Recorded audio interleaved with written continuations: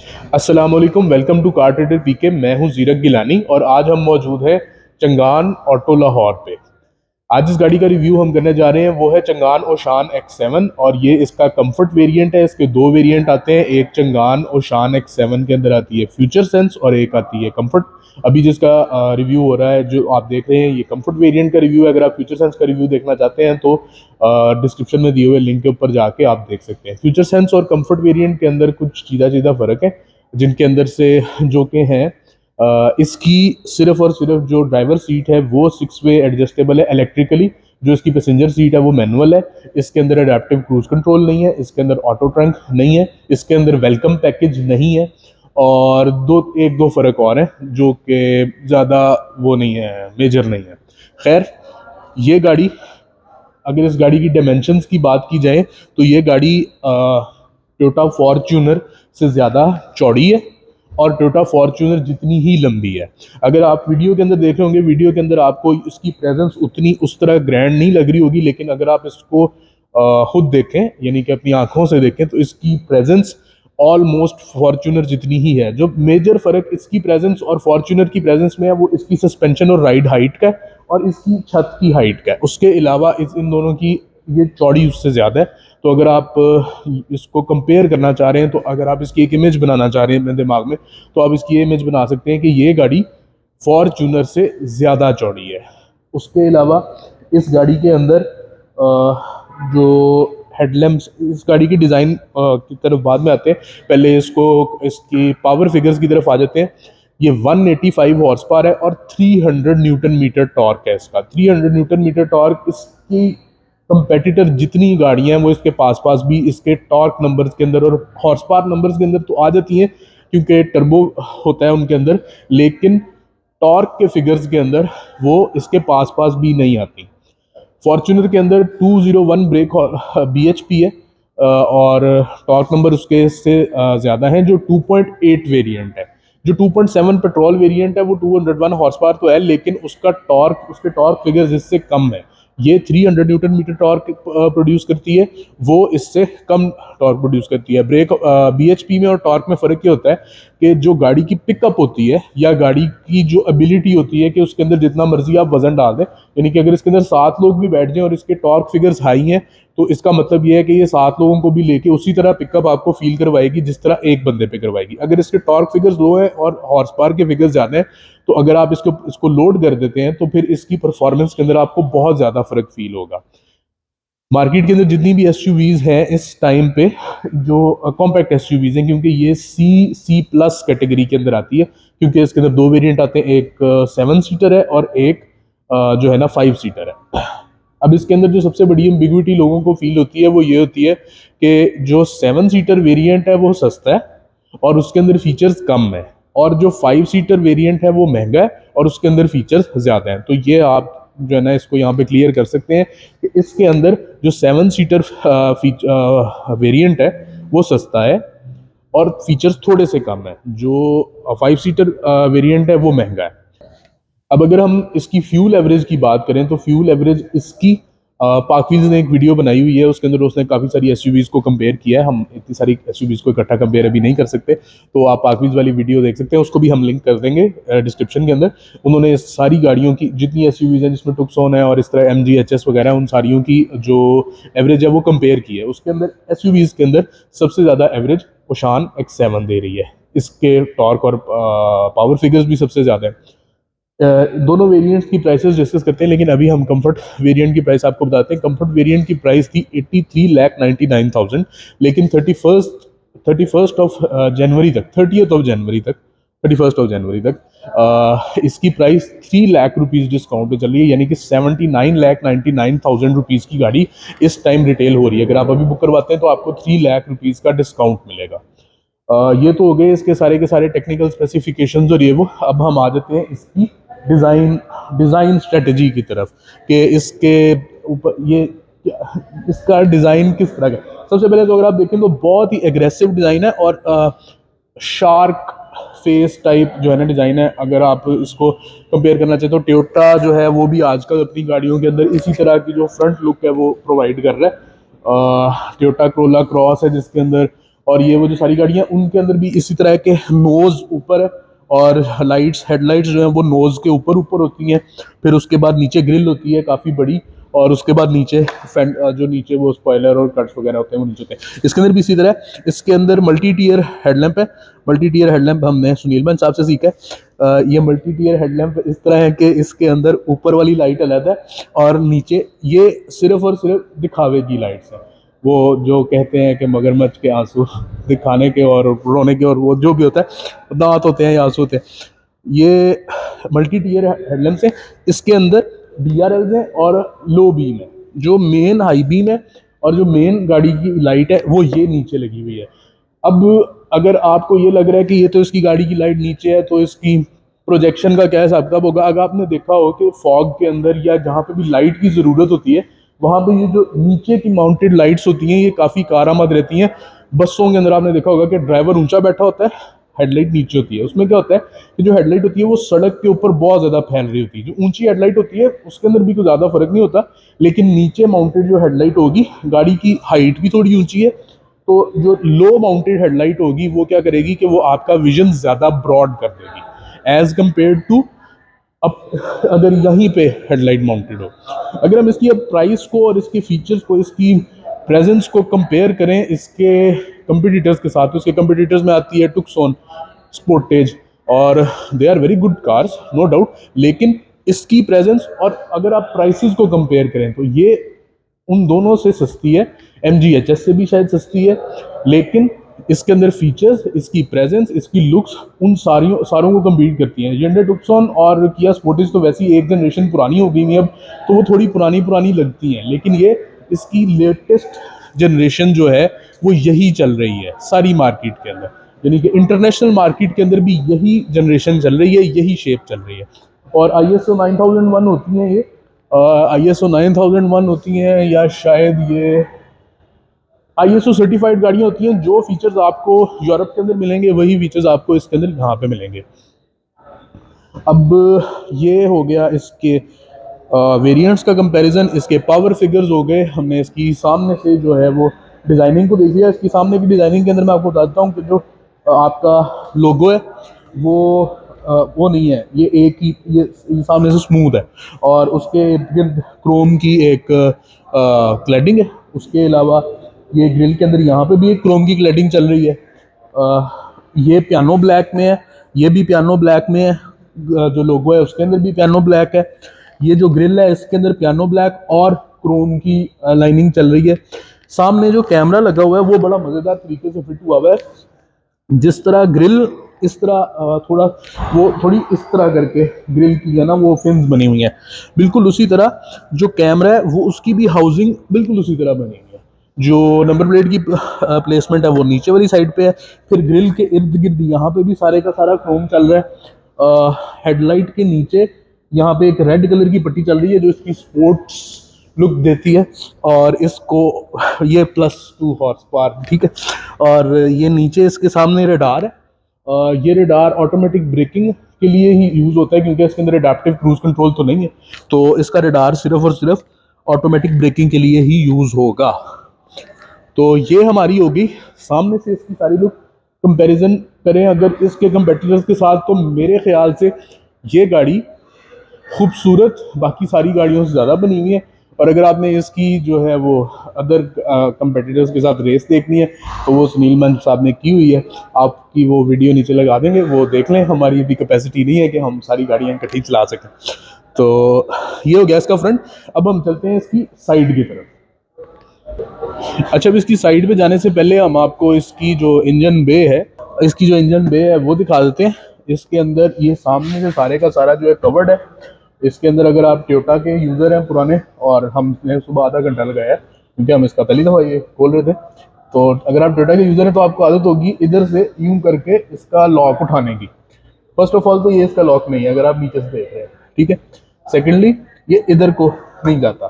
Thirdly लोगों से यूं हाथ ऊपर करते साथ ही यहाँ पे इसका ये लैच है जो कि इसके हुड को रिलीज करता है। अब एक चीज जो शायद फ्यूचर सेंस के अंदर हो, फ्यूचर सेंस के अंदर इसका ये जो हुड है ये हाइड्रोलिक नहीं है। फ्यूचर सेंस के अंदर भी इसका हुड हाइड्रोलिक नहीं है, और जो इसका बोनट है वो कंफर्ट के अंदर भी हाइड्रोलिक नहीं है, होना चाहिए था, ये बहुत भारी है। लेकिन जो भी इसके अंदर आपको सामने नज़र आएगा वो सारा कुछ काफ़ी पैक्ड है। कोई भी चीज़ जो है ना वो आपके हाथ छीलने के लिए इधर उधर नहीं है। जो इंजन है उसके ऊपर इंजन कवर लगा हुआ है, ऊपर चंगान का लोगो लगा हुआ है, ब्लू कोर इंजन टेक्नोलॉजी है। ये इंजन ऑयल डालने की जगह है, ये इंजन ऑयल चेक करने के लिए। आपका एयर फिल्टर उस साइड पे, बैटरी उस साइड पे, बैटरी डिक्की के अंदर नहीं है। फ्यूज़ बॉक्स वो है, ये आपका कूलेंट का बॉक्स है, और कूलेंट का नहीं है, रेडिएटर के। और ये सारा कुछ आपके सामने, सारा कुछ साफ सुथरा आपके सामने। हाँ, इसके अंदर एक चीज़ की कमी है कि जो इम्पोर्टेड गाड़ियाँ आती हैं उनके अंदर आप देखते हैं कि वो हर चीज़ कवर्ड होती है, इंजन कवर सिर्फ अलहदा नज़र आ रहा होता है, बाकी सारा कुछ कवर्ड होता है। इसके अंदर वो वाला कवर नहीं है, लेकिन जिस तरह इसको उन्होंने मैनेज किया हुआ है वो बहुत साफ़ सुथरा है। और ये बॉनेट के नीचे नमदा लगा हुआ है, बॉनेट के नीचे भी नमदा लगा हुआ है, और जो सामने आपके इंटीरियर और जो इंजन में है उसके दरमियान भी नमदा लगा हुआ है। ये जो पीछे नमदा लगा हुआ है इससे इसकी एक तो साउंड डैम्पनिंग बहुत बेहतर हो जाएगी, और इसकी जो है ना आपको जब आप इसको जब ड्राइव कर रहे होंगे तो ड्राइव करते हुए आपको अंदर आवाज़ इंजन की बहुत कम आएगी। वैसे भी इंजन की इतनी खास आवाज़ नहीं है, 1500 सीसी इंजन है, 1500 सीसी टर्बो चार्ज है, लेकिन है 1500 सीसी ही। ये इसका बोनट होल्डर है, इसको आप तमीज़ से भी बंद कर सकते हैं, और ये बंद हो गया। अब हम चलते हैं इसकी साइड पे। चलिए, अब हमने इसका बोनट वगैरह अंदर से खोल के भी दिखा दिया, आगे से भी सारा कुछ बता दिया। अब हम आ जाते हैं इसकी साइड पे। अब इसकी साइड पे सिंपल सी साइड है वैसे तो, और इसके अंदर जो स्टैंड आउट फीचर्स हैं वो इसके जो साइड मिरर्स हैं वो बहुत बड़े हैं। जो आपकी स्पोर्टेज है और जो टुक्सोन है उसके इतने बड़े साइड मिरर्स नहीं है, इसके साइड मिरर बहुत बड़े हैं। अभी जो कंफर्ट वेरिएंट है इसके अंदर 360 पैनोरामिक कैमरास नहीं है, इस वजह से आपको इसके साइड मिरर के नीचे कोई कैमरा नज़र नहीं आता। स्मार्ट एंट्री है, बटन भी लगा हुआ, हाँ बटन, ये स्मार्ट एंट्री है।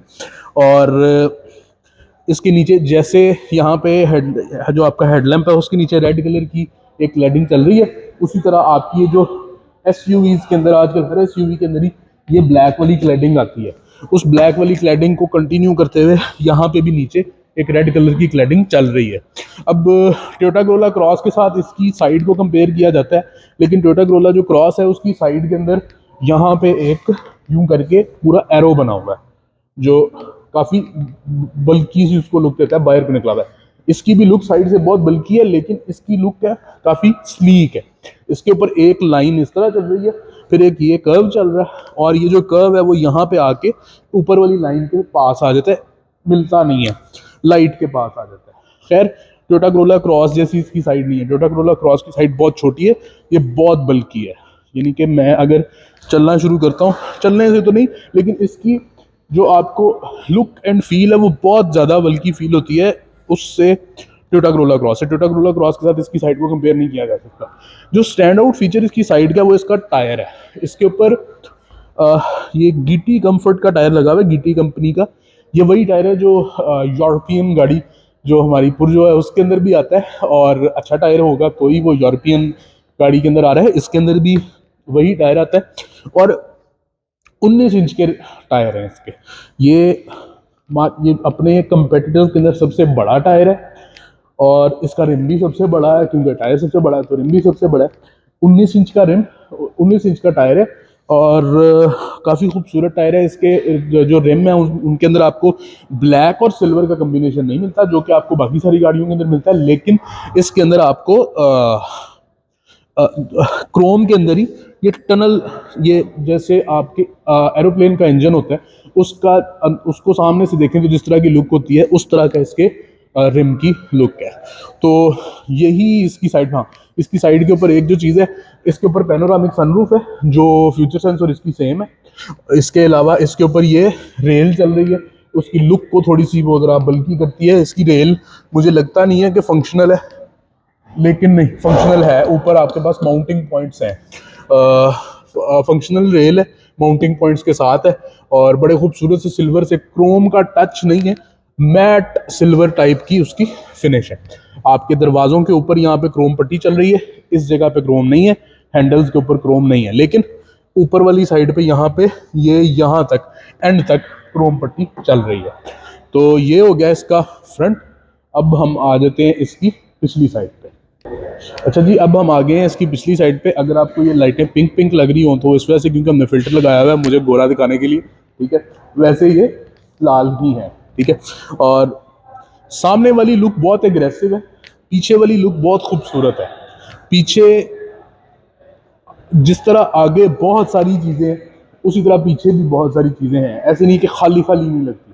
कुछ गाड़ियां जैसे स्पोर्टेज है, स्पोर्टेज पीछे से खाली खाली लगती है, टुक्सन पीछे से खाली खाली लगती है, टुक्सन पीछे से बहुत ज़्यादा खाली लगती है की दफ़ा, लेकिन ये पीछे से खाली खाली नहीं लगती क्योंकि एक तो बैजेस में पूरी कहानी है, दूसरा बहुत सारे एलिमेंट्स हैं पीछे और कंट्रास्टिंग एलिमेंट्स हैं, ठीक है। अब कंट्रास्टिंग एलिमेंट्स हैं, इसके अंदर सबसे पहले पीछे एक ये आ जाता है, आपका वाइपर आ जाता है, स्पॉइलर है, हाई माउंटेड लैंप है, शार्क फिन एंटीना है। सुनील मान साहब के मुताबिक यही एक एंटीना पाकिस्तान में गाड़ी की कामयाबी की जमानत है होगा। कंट्रास्ट कलर में है अभी क्योंकि ये गाड़ी वाइट है, अगर ब्लैक होती तो वो भी ब्लैक होता। High mounted lamp, high mounted lamp के साथ ये पियानो फिनिश के अंदर जो स्पॉइलर के नीचे वाली जगह ये सारी पियानो फिनिश में।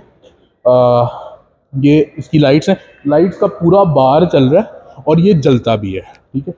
मैं आपको एक दफ़ा इसकी ब्रेक लगा के दिखा देता हूँ तो शायद आपको अंदाज़ा हो जाए कि ये पूरा बार चलता है, ठीक हो गया।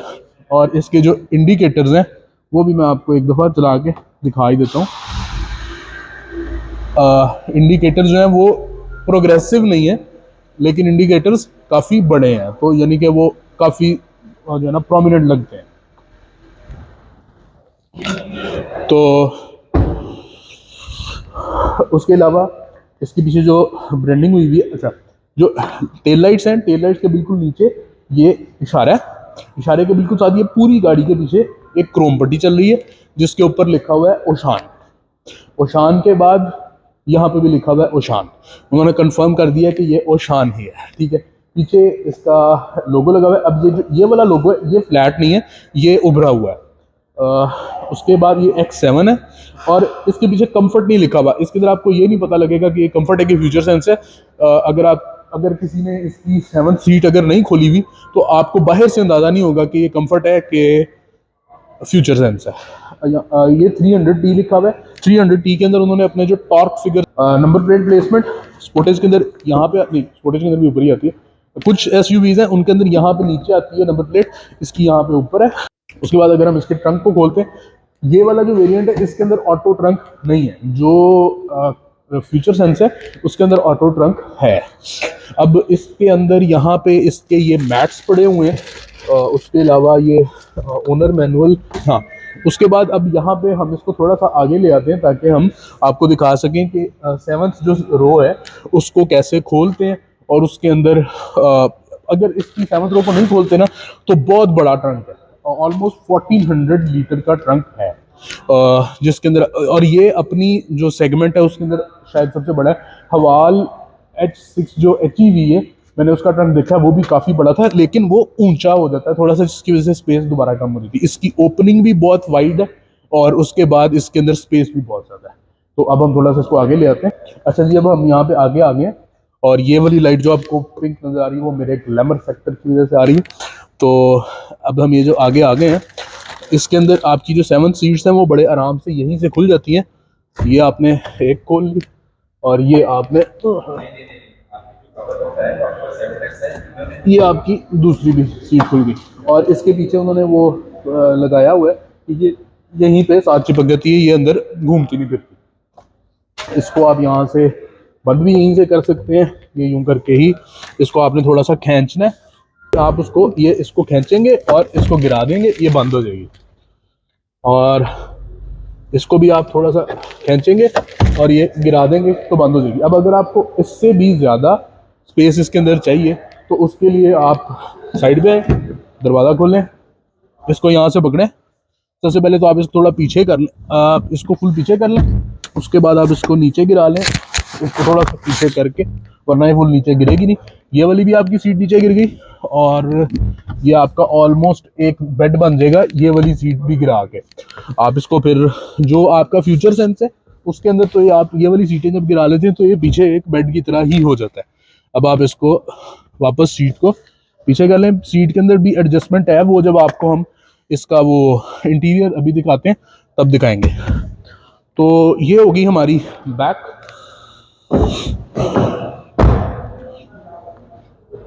इसको बंद करने के लिए, अच्छा, इसके अंदर ट्रंक रिलीज के लिए यहाँ पे अगर आपका कुछ ये अड़ जाता है तो इसके लिए यहाँ पे उन्होंने एक छोटा सा वो दिया हुआ है कि आप इसको अंदर से भी खींच के खोल सकते हैं। ये अब मैक्स थोड़े से पीछे करके तो हम इसको बंद कर लेते हैं। ये हमारी बैक हो गई। अच्छा जी, अब हम आ गए इसकी साइड पे और एक्सटीरियर इसका सारा कवर हो गया। तो अब हम इसके इंटीरियर की तरफ चलते हैं और इंटीरियर के अंदर हम सबसे पहले एंट्रेंस की तरफ से शुरू करते हैं। अगला दरवाज़ा अगर आप खोलें तो सबसे पहली चीज़ जो आप नोट करते हैं वो आपको इतनी दूर से नज़र नहीं आएगी, तो कैमरा थोड़ा फास्ट ले आता है। अब हम इसके इंटीरियर की तरफ आते हैं तो सबसे पहली चीज़ जो आप इसके इंटीरियर में बाहर से ही नोट करेंगे कि वो इसके दरवाजे, और दरवाज़ों के अंदर आइवरी और ब्लैक का कॉम्बिनेशन है। अगर आप इसको खड़का के देखें तो ये सॉफ्ट टच है, ये भी सॉफ्ट टच है, ये भी सॉफ्ट टच है। ये जो है ना सॉफ्ट टच नहीं है। दरवाजे के अंदर यहाँ पे क्रोम की क्लैडिंग है स्पीकर के इर्द गिर्द, और स्पीकर के अंदर एक इफेक्ट है वेव का। ये यहाँ पे अगर आप हाथ फेरें तो वो ऊपर नीचे होता है, सीधा स्पीकर का वो मैंने माउंट नहीं दिया हुआ। उसके बाद इंटीरियर की तरफ चलते हैं और इंटीरियर के अंदर मैं आपको ना अंदर ही बैठ के दिखाता हूँ, कैमरा यहीं पे रखते हैं। ये इंटीरियर के अंदर हम एंटर हो गए हैं। ये इंटीरियर के अंदर हम एंटर हो गए हैं और जो सबसे पहली चीज़ें हमें नज़र आती हैं वो ये है कि जो हैंडल है वो क्रोम है और बड़ी स्मूथ सी ऑपरेशन है हैंडल्स की। अभी इसके ऊपर ये टेप लगी हुई है, लेकिन जितनी सी उतार के दिखा सकते हैं। लॉक अनलॉक है यहाँ पे, और उसके बाद मास्टर स्विच है विंडोज़ को लॉक करने का, और ऑटो विंडोज़ हैं सारी जो कि नीचे हो जाती है, और उसके अलावा इधर कुछ नहीं है। अब ये वाला जो वेरिएंट है कंफर्ट, उसके अंदर हीटेड वेंटिलेटेड सीट्स नहीं है। जो बाकी के वेरिएंट्स हैं, जो फ्यूचर सेंस है उसके अंदर हीटेड वेंटिलेटेड सीट्स भी हैं और अडेप्टिव क्रूज कंट्रोल भी है। इस वजह से यहाँ पे आपको दो बटन खाली नजर आते हैं। एडजस्टेबल हाइट है सामने वाले हेडलैम्प्स की। उसके अलावा यहाँ पे आपके पास साइड मिरर्स की एडजस्टमेंट मौजूद है, और यहाँ पे आपके पास डाउन हिल असिस्ट का बटन है, इको आइडल का बटन है, और तीसरा बटन है ट्रैक्शन कंट्रोल का। सीट की तरफ आ जाएं तो सीट काफ़ी बहुत ज़्यादा कंफर्टेबल है, और शिकायत इसके अंदर आती है एसयूवीज़ है उनके अंदर अंडर थाई सपोर्ट नहीं होती। इसके अंदर plenty of under Thai support है। मेरी काफ़ी बड़ी थाइज है लेकिन उनको भी प्रॉपर जो है ना सपोर्ट मिल रही है। इसके अंदर जो ड्राइवर सीट है वो 6 वे इलेक्ट्रिकली एडजस्टेबल है, जो कि इसमें नहीं है, पैसेंजर सीट में नहीं है। खैर जो फ्यूचर सेंस है उसकी पैसेंजर सीट भी 6 वे ऑटोमेटिकली वो इलेक्ट्रिकली एडजस्टेबल है। इसकी ये एडजस्टमेंट बिल्कुल स्मूथ है, मेरे बैठने पे भी बिल्कुल स्मूथ है, और ये इसकी पीछे की एडजस्टमेंट भी हो रही है। ये हम आगे को भी आ रहे हैं। उसके अलावा यहाँ पे आपको राइट हैंड पे ये भी soft to touch leather type finish है। इधर आपको एसी वेंट मिल जाता है। ये आपका स्टार्ट स्टॉप बटन है, एक दफ़ा स्टार्ट करेंगे तो आपका जो इंफोटेनमेंट है वो एक दफ़ा दबाएंगे तो इंफोटेनमेंट वगैरह आपका ऑन हो जाएगा। इस साइड पे आपका हेडलाइट का स्टॉक है जिसके अंदर आपकी फॉग लाइट्स और ये वो सारा कुछ जो है ना वो आ जाता है। इस साइड पे आपका जो है वो वाइपर्स के स्टॉक्स हैं, और अभी हम आपको वो पीछे से भी दिखा देते हैं, लेकिन ये इस साइड का ये सारा कुछ था। तो ये इसका जो स्टीयरिंग है, जो इसका स्टीयरिंग है वो बिल्कुल एल्सविन की तरह का ही है, और साइज भी एल्सविन वाला है। यानी कि आपको इसको चलाते हुए वो बड़े स्टीयरिंग वाली फील नहीं आएगी। इसमें स्टीयरिंग छोटा सिडान वाला ही है। हाँ, इसके और फ्यूचर साइंस के स्टीयरिंग के अंदर फ़र्क ये है कि उसके अंदर लेदर स्टीयरिंग है, इसके अंदर लेदर स्टीयरिंग नहीं है, लेकिन इसका स्टीयरिंग सेम चंगान वाला, शेप सेम चंगान वाली है। स्टीयरिंग की हड्डी भी शायद चंगान वाली है, लेकिन ऊपर कवरिंग चंगान वाली नहीं, और वो एल्सविन वाली नहीं है। इसके ऊपर यहाँ पे बटन्स हैं, यहाँ वाले जो बटन्स हैं वो उसके अंदर आपका मल्टीमीडिया कंट्रोल आ जाता है, ऑडियो वॉइस कंट्रोल आ जाता है, होम पे जा सकते हैं, वॉल्यूम यहाँ से कम ज़्यादा कर सकते हैं, और इसका ऑडियो सिस्टम बहुत ज़्यादा अच्छा है। इसका ऑडियो सिस्टम कमाल कह सकते हैं आप इसके ऑडियो सिस्टम को। इस साइड पे अगर आप आ जाते हैं तो यहाँ पे आप अपना क्रूज कंट्रोल सेट कर सकते हैं। इधर से आप उसकी स्पीड ऊपर ज़्यादा कर सकते हैं, ये इधर से, और यहाँ से सेट हो जाएगी। इधर से आप अपने मीटर की सेटिंग्स कर सकते हैं, और अब हम इसको यहाँ पे वापस लगा देते हैं। यहाँ पे आपका लोगो आ जाता है। ये एक आपकी सिल्वर की, ये आपकी एक सिल्वर ट्रिम आ जाती है। तो अब हम गाड़ी के अंदर आ जाते हैं और आपको इंटीरियर दिखाते हैं जी। अब हम गाड़ी के इंटीरियर के अंदर आ गए। वाइड एंगल कैमरे की वजह से मैं बहुत बड़ा नज़र आ रहा हूँ, इतना बड़ा नहीं हूँ मैं, ठीक है। तो अब आपको इंटीरियर के अंदर जो इसकी चीज़ें आपको 5-6 चीज़ा चीज़ा नज़र आएंगी वो ये हैं कि अंदर भी दरवाज़ों की तरह सारी की सारी आइवरी की फिनिशिंग है। और वो आइवरी की जो फिनिशिंग है वो बहुत खूबसूरत लगती है, गाड़ी को बहुत ब्रॉड लुक देती है, गाड़ी अंदर से बहुत खुली लगती है। लेकिन उसके अंदर ये नुकसान हो सकता है कि जो है ना, ये बहुत जल्दी गंदा होना शुरू हो जाएगा। खैर, जो शोरूम वाले हैं उनसे हमने पूछा, उन्होंने कहा जी कि ऑल पर्पस क्लीनर अगर आप पाकविल्स का ये भी खरीद लें, इंशाल्लाह आने वाले दिनों में हम अपना भी लॉन्च करेंगे, फिर हमारा खरीद लीजिएगा। तो तब तक के लिए पाकविल्स का खरीद लें। उसके साथ आप इसको बड़े अच्छे तरीके से साफ़ कर सकते हैं, वो कोई मसला नहीं होता। अब इसके अंदर जो सबसे बड़ा एक आपको वो नज़र आएगा वो ये है कि बहुत सारी गाड़ियाँ जैसे MG HS है, उसके अंदर MG HS है, टिगो 8 प्रो है, और ये वो जो सारी गाड़ियाँ उनके अंदर ये कंट्रोल्स नहीं आते। टिगो 8 प्रो के अंदर तो यहाँ पे कंट्रोल्स आते हैं, लेकिन वो नीचे पूरी स्क्रीन है। लेकिन MG HS के अंदर स्क्रीन के अंदर ही जो है 10.25 इंच की ये इसकी इंफोटेनमेंट स्क्रीन है। और इसकी वो जो टिगो 8 प्रो है उसके अंदर यहाँ पे पूरी स्क्रीन आती है। MG HS के अंदर इसी स्क्रीन के अंदर AC के कंट्रोल्स हैं। और उसके अंदर एक मसला है कि उसके अंदर वो रेड, येलो और ग्रीन सामने 3 पट्टियाँ आ जाती हैं, जो कि बहुत ही चीप लगती हैं। इसका इंफोटेनमेंट डिस्प्ले बहुत खूबसूरत बना हुआ है और रिस्पॉन्सिव बहुत है। बहुत सारे इंफोटेनमेंट डिस्प्ले होते हैं जो रिस्पॉन्सिव नहीं होते। जो Hyundai और किया का इंफोटेनमेंट डिस्प्ले वो भी बहुत अच्छा बना हुआ है, लेकिन वो बहुत छोटे इंफोटेनमेंट डिस्प्ले, इसका प्रॉपर साइज का इंफोटेनमेंट डिस्प्ले। उसके बाद आपको जो चीज़ नजर आएगी इसमें वो AC के कंट्रोल्स हैं। AC के अंदर ये डुअल जोन क्लाइमेट कंट्रोल नहीं है, ये सिंगल जोन क्लाइमेट कंट्रोल ही है। अब सिंगल जोन क्लाइमेट कंट्रोल होने के बावजूद ये काफ़ी खूबसूरत इसकी ये जो सारी की सारी है वो है। और अभी सर्दी है, इस वजह से हम इसकी परफॉर्मेंस तो नहीं चेक कर सकते, लेकिन हमने गाड़ी को स्टार्ट कर लिया। और गाड़ी के अंदर फ्यूल कम होने की वजह से आपको एक चाइम बार बार आएगी, क्योंकि उधर ही खड़ी हुई है, शोरूम पे ही खड़ी हुई है। अब इस गाड़ी के अंदर एक ऑटो, इस गाड़ी की जो आप व्हीकल सेटिंग्स के अंदर अगर जाते हैं तो आपको सबसे पहले ये सारी की सारी ये वाली एक स्क्रीन नज़र आती है। उसके अंदर आप ये इसने चारों की चारों जो खिड़कियाँ वो खोल दी हैं, और ये इसने चारों की चारों जो खिड़कियाँ वो बंद कर दी हैं, ठीक है। अभी AC हमारा बंद है। अब वेंटिलेशन आप करते हैं तो ये चारों खिड़कियाँ थोड़ी थोड़ी खोल देती है, और वो बड़ी मज़ेदार सी अंदर एक हवा की वो शुरू हो जाती है, वेंटिलेशन शुरू हो जाती है। अब अगर आप क्लोज करते हैं विंडोज़ को तो विंडोज़ क्लोज हो जाती है। यहाँ पे कार वॉशिंग मोड के अंदर आप चले जाते हैं, ठीक है। कार वॉशिंग मोड के अंदर आप चले जाते हैं, फिर आपको यहाँ पे मोड्स मिल जाते हैं। मोड्स के अंदर आपका एक इको मोड है, इको मोड के अंदर और इको आइडल आपका यहाँ पे लगा हुआ है, तो गाड़ी ने अपने आप को इस टाइम मुझे लगता है बंद कर दिया। उसके इको मोड के अलावा स्पोर्ट्स है, कंफर्ट है और कस्टम है। कस्टम के अंदर आप जो व्हीकल की डायनेमिक्स हैं उनको और स्टीयरिंग के वेट को एडजस्ट कर सकते हैं मैनुअली। इसके बाद आप कार लाइट के अंदर आ जाते हैं, ठीक है।